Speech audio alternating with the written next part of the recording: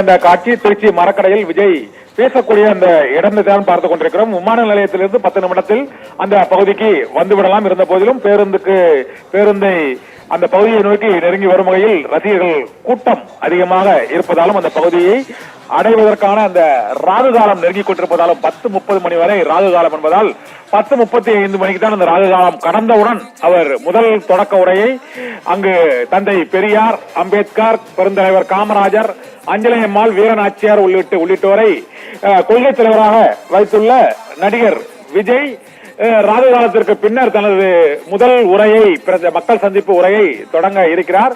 கூட்ட நெரிசலில் 5 பெண்கள் இதுவரை மயக்கமடைந்திருப்பதாக தகவல் வந்திருக்கிறது. அவர் செல்லும் வழியில் திரளாக கூடியிருந்த பெண்கள் நெரிசலில் 5 பெண்கள் மயக்கமடைந்திருக்கிறார்கள் என்ற தகவலும் வந்திருக்கிறது.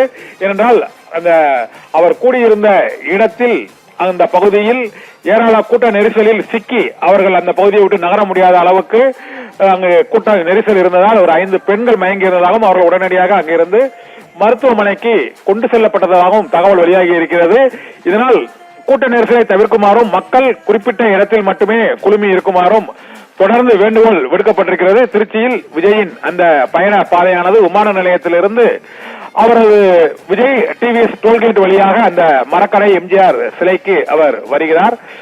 அது டிவிஎஸ் ரோட்டில் தலைமை தபால் நிலைய சிக்னல், மேலப்புதூர் சுரங்கப்பாதை வழியாக அவர் பயணிப்பார். டிவிஎஸ் டோல்கேட் வழியாக தலைமை தபால் நிலையம், மேலப்புதூர் மற்றும் அந்த சுரங்கப்பாதை வழியாக பயணித்து இந்த மரக்கடை எம்ஜிஆர் சிலை முன் விஜய் உரையாற்றுவார் என அறிவிக்கப்பட்டிருக்கிறது. அந்த இடத்தை செல்வதற்கு முன்னதாக அது ஊர்வலமாக விஜய் விமான நிலையத்திலிருந்து அந்த பகுதிக்கு வந்து கொண்டிருப்பதால் இன்னும் ஒரு 15 நிமிடங்கள் தாமதமாக அந்த பகுதிக்கு வருவார் என எதிர்பார்க்கப்படுகிறது.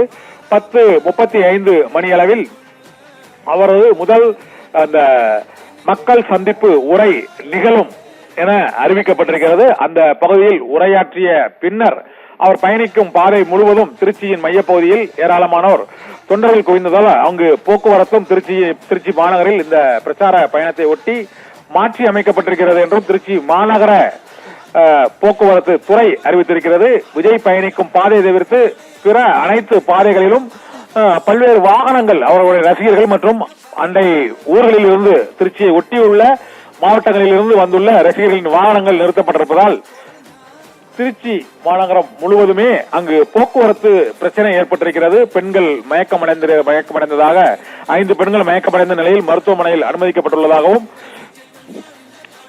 தகவல் வெளியாகி இருக்கிறது. விமான நிலையத்திலிருந்து வெளியே புறப்பட்ட அந்த வாகனம் இன்னும் சிறிது நேரத்தில் அந்த மரக்கடை எம்ஜிஆர் சிலையை சென்றடையும் என அறிவிக்கப்பட்டு அந்த பாதையில் இப்போது விஜயின் வாகனம் வந்து கொண்டிருக்கிறது. பிரத்யேக சிறப்பு வாகனத்தில் 10:30 மணி முதல் 11 மணி வரை விஜய்க்கு பேசுவதற்கு மரக்கடை எம்ஜிஆர் சிலை முன் பேசுவதற்கு காவல்துறை அனுமதித்திருக்கிறது. மணி இப்பொழுது 10:25. இன்னும் 10 நிமிடத்தில் அவர் மரக்கடை எம்ஜிஆர் சிலை முன்பு அங்கிருந்து ஒரு அரை மணி நேரம் பேசுவதற்கு அனுமதி அளிக்கப்பட்டிருக்கிறது. இன்னும் சில நிமிடங்களில் அவர் அந்த திட்டமிடப்பட்ட பகுதியை அடைவார் என எதிர்பார்க்கப்படுகிறது.